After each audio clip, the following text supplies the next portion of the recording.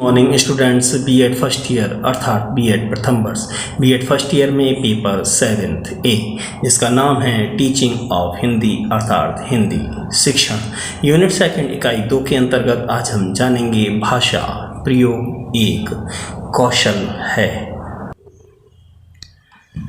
भाषा एक कला है और कला निखार पाती है अभ्यास से, अतः अभ्यासों का भाषा सीखने का सर्वोच्च स्थान है। बोर्ड ऑफ एजुकेशन लंदन द्वारा प्रकाशित ग्रंथ में भाषा ज्ञान का महत्व इन शब्दों द्वारा बतलाया है। भाषा एक कौशल, एक कला, एक भाव, एक क्रिया है। क्योंकि भाषा एक कला है इसलिए उसको सीखने की रीति भी अन्य कलाओं को सीखने की रीति जैसी ही है। अन्य कलाओं को दूसरे अनुकरण करने से या सतत अभ्यास से हम सीखते हैं, वैसा ही बड़ों का अनुकरण करके गलती सही बोलना, धीरे धीरे गलतियों का सुधार और सही भाषा सीखना बालक प्रारंभ करता है। विचारों और भावों के विकास के साथ साथ अभिव्यंजना शक्ति को विकसित करके शब्द भंडार वृद्धि, सुगठित वाक्य रचना, शुद्ध उच्चारण द्वारा भाषा सीखी जाती है। लिखने की कला के संबंध में भी यही बात है। प्रारंभ में बालक टेढ़े मेढ़े अक्षर लिखता है और सही मार्गदर्शन और प्रयत्न से सही लिखना सीख जाता है। कहावत भी प्रसिद्ध है कि करत करत अभ्यास के जड़मत होत सुजान। इसलिए भाषा एक कला है, एक भाव है, एक सतत अभ्यास का परिणाम है और भाषा प्रयोग वास्तव में एक कौशल है। लिखने, बोलने, पढ़ने और सुनने की कला में दक्षता प्राप्त करना सतत अभ्यास का ही परिणाम है। नंबर 2, भाषा ज्ञान गम्य नहीं, अभ्यास गम्य है। भाषा प्रयोग एक कौशल है इसलिए भाषा शिक्षण संबंधी चारों क्षमताओं के महत्व को सैद्धांतिक और बौद्धिक रूप से समझने मात्र से भाषा पर पूर्ण अधिकार प्राप्त नहीं किया जा सकता है। भाषा पर पूर्ण अधिकार प्राप्त करने के लिए वे ही प्रयास करने चाहिए जो कि कौशल में दक्षता प्राप्त करने के लिए करने पड़ते हैं। ठीक उसी प्रकार से है जैसे हवाई जहाज चलाने के लिए पुस्तक पढ़ने मात्र से हवाई जहाज चलाना नहीं आता है जब तक कि हवाई जहाज चलाने का सतत अभ्यास न किया जाए। एक विद्वान ने इस युक्ति द्वारा इस मत की पुष्टि की है कि सीखने का इच्छुक व्यक्ति किसी भी कौशल को सतत अभ्यास द्वारा सीख सकता है। भाषा सतत अभ्यास से सीखी जाती है। बोलने, पढ़ने, सुनने और लिखने का जितना अधिक अभ्यास विद्यार्थियों का होगा उतना ही अधिक भाषा का ज्ञान तभी होगा। कुछ ऐसे विचार एस के देशपांडे ने अपने लेखन भाषा शिक्षण की नई तकनीक में अभिव्यक्त किए हैं। भाषा शिक्षण का संबंध केवल ज्ञान प्रदान करना या सूचनाएं प्रदान करना मात्र नहीं है, बल्कि भाषा सीखने वाले को इन चारों विविध कौशलों में दक्ष बनाना है, जैसे उसको समझना, बोलना, पढ़ना और लिखना। नंबर 3, भाषा एक सामाजिक व्यवहार है। भाषा बालक समाज से सीखता है जिस प्रकार अन्य समाजनिष्ठ आचरण सीखता है। भाषा का अर्जन अनुकरण द्वारा होता है। परिवार और समाज में रहने वाले स्वयं शिष्ट भाषा का प्रयोग करके छोटे बालकों को शिष्ट भाषा का प्रयोग करना सिखलाते हैं। बालक अपने बड़ों को जिस प्रकार आचरण करते देखते हैं वैसे ही आचरण करने लगते हैं, क्योंकि अनुकरण करना उनकी सहज प्रवृत्ति होती है। इसलिए आवश्यक है कि शिक्षक भी वैसी ही भाषा का प्रयोग करें जैसा कि वे चाहते हैं कि उनके द्वारा पढ़ाए गए बालक करें। भाषा शिक्षण का उद्देश्य होना चाहिए कि विद्यार्थी को शिष्ट अवसरानुकूल भाषा प्रयोग में प्रवीणता प्रदान करना। इस उद्देश्य प्राप्ति हेतु भी सतत अभ्यास परम आवश्यक है। नंबर 4, भाषा सीखना केवल व्याकरणीय वक्तव्य देने की कला सीखना नहीं है। प्राचीन काल में भाषा शिक्षण में व्याकरण ज्ञान पर अत्यधिक बल था, किंतु यह एक स्थूल, नीरस, कठिन और अरुचिकर विधि है। केवल भाषा घटकों को बौद्धिक रूप से समझने से कोई व्यक्ति ना तो भाषा बोल सकता है और ना ही समझ सकता है। भाषा शिक्षण का वास्तविक उद्देश्य विद्यार्थियों में भाषा बोलने, पढ़ने, लिखने और सुनने की क्षमता प्रदान करना है। उस भाषा का व्याकरण सीखना नहीं है। आधुनिक भाषा शिक्षण विशेषज्ञ भाषा शिक्षण और व्याकरण शिक्षण को पर्यायवाची नहीं मानते हैं। नंबर 5, सतत अभ्यास ही अंत में आदत बन जाता है। भाषा की आदत सतत अभ्यास से बढ़ती है। भाषा व्यवहार से और निरंतर अभ्यास करने से आती है। बोलने, पढ़ने और लिखने से जितना अधिक अभ्यास विद्यार्थियों को होगा उतना ही अधिक भाषा का ज्ञान भी होगा। भाषा विशेषज्ञ पामर ने कहा है कि भाषा सीखना आदत डालने की प्रक्रिया नहीं है। पामर ने अपनी इस उक्त द्वारा ये सिद्ध किया है कि दुरअभ्यास हो जाने पर उसे दूर करना कठिन हो जाता है। सरलता से इस दुरअभ्यास से छुटकारा नहीं मिल पाता है। शिक्षक को बड़ा प्रयास करना पड़ता है इस दुरअभ्यास से विद्यार्थी को मुक्ति दिलवाने में। इसलिए प्रारंभ से ही सही भाषा की आदत डालना प्रत्येक भाषा शिक्षक का कर्तव्य है। प्रसिद्ध भाषा वैज्ञानिक श्री भोलानाथ तिवारी ने इस बात की पुष्टि अन्य शब्दों द्वारा की है कि अभ्यास के लिए की जाने वाली बातचीत भी यथा साध्य नियंत्रित रखी जानी चाहिए ताकि ध्वनियाँ, रूप, वाक्य आदि स्पष्ट हो चुके हों, वे ही आए। ऐसा ना हो कि कोई नई ध्वनि आदि स्पष्टीकरण के बहुत पहले प्रयोग में आ जाए। इससे हानि ही होती है कि थोड़ा भी दुरअभ्यास हो जाने के पश्चात उसे छोड़ना और फिर से शुद्ध रूप ग्रहण करना बहुत कठिन हो जाता है। अगला पॉइंट, छठा पॉइंट है भाषा पर पूर्णाधिकार।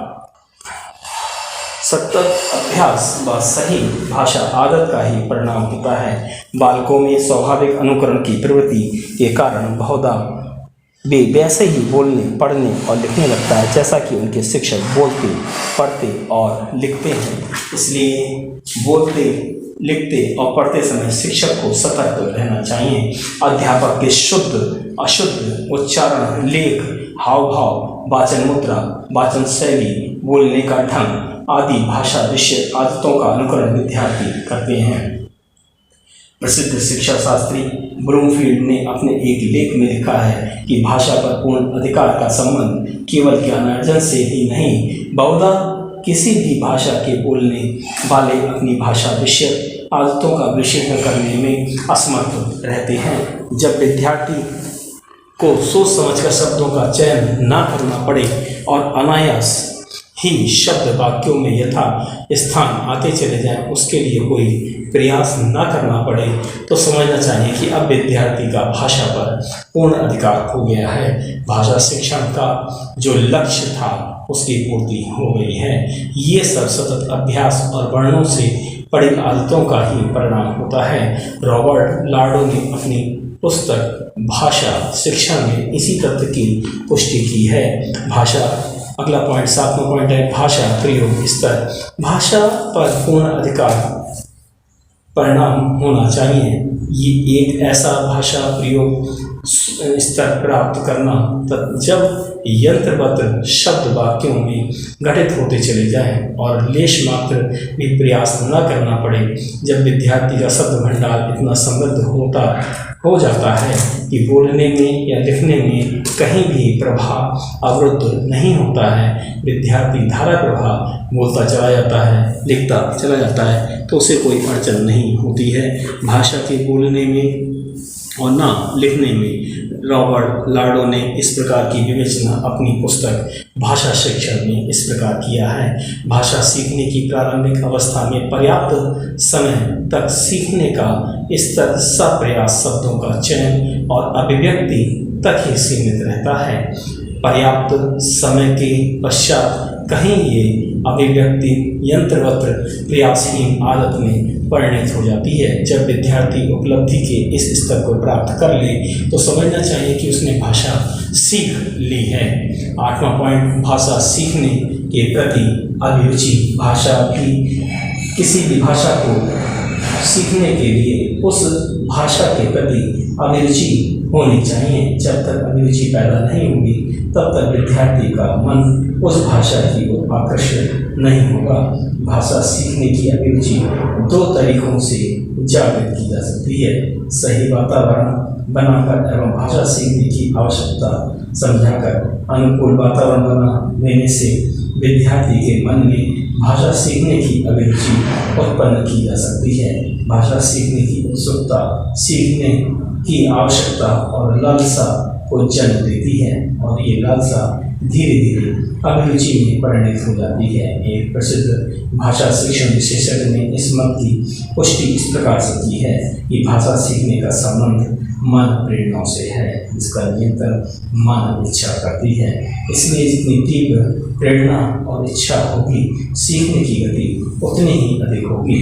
इसलिए भाषा शिक्षण भाषा की प्रति जितनी अधिक अभिरुचि विद्यार्थी में जागरूक कर सकेगा, उतना ही अधिक भाषा का ज्ञान कम समय में प्राप्त कर सकेगा।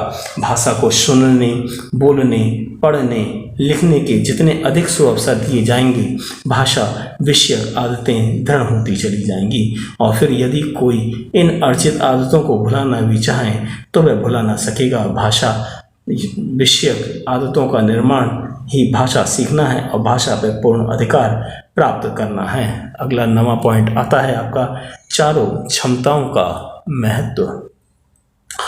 भाषा प्रयोग एक कौशल है। इसके अंतर्गत मातृभाषा सीखते समय चारों क्षमताओं का विकास अत्यंत आवश्यक है, जैसे सुनना, समझना, बोलना, पढ़ना और लिखना। भाषा कौशल एक या दो क्षमताओं तक ही सीमित नहीं है, वरन इसमें चारों क्षमताओं को सम्मिलित महत्व है। इन चारों क्षमताओं में बालक दक्षता प्राप्त कर सकेगा यदि उसने कुछ प्रमुख आदतों का निर्माण कर लिया है, जैसे शुद्ध भाषा बोलना, शुद्धोच्चारण, सफलतापूर्वक सस्वर पाठ और मौन पाठ कर पाना, बिना वर्तनी एवं वाक्य गठन संबंधी भूल किए शुद्ध भाषा लिखना, शांत रहकर धैर्यपूर्वक दूसरे की बात सुनना। इसलिए प्रत्येक भाषा सीखने वाला इन प्रमुख आदतों का निर्माण करता है। इन प्रमुख आदतों के निर्माण के संबंध में रॉबर्ट लार्डो ने अपनी पुस्तक भाषा शिक्षण में लिखा है कि स्पष्ट रूप से रुचिपूर्वक सस्वर वाचन करना एक कला पूर्ण कौशल ही नहीं है और यह कौशल सतत अभ्यास का ही परिणाम होता है। लिखने की व्यवस्था का प्रयोग सतत अभ्यास और आदतों का परिणाम है। समस्त भाषा शिक्षण उच्चारण पर आश्रित है और भाषा की उच्चारण व्यवस्था भाषा विषय आदत या आदतों पर है। उच्चारण बोलने और सुनने में ध्वनि व्यवस्था का प्रयोग है। इसलिए मातृभाषा को सीखना नई आदतों के निर्माण और दृढ़ीकरण पर आश्रित है। ये नई आदतें मातृभाषा संबंधी चारों क्षमताओं में विद्यार्थी को जब दक्ष बना दे तो समझना चाहिए कि अब भाषा विद्यार्थी ने सीख ली है। अंतिम पॉइंट आता है चारों भाषा कौशल का क्रम। मातृभाषा सीखते समय स्वाभाविक क्रम को ही अपनाया गया है, जैसे सुनना, बोलना, पढ़ना, लिखना आदि।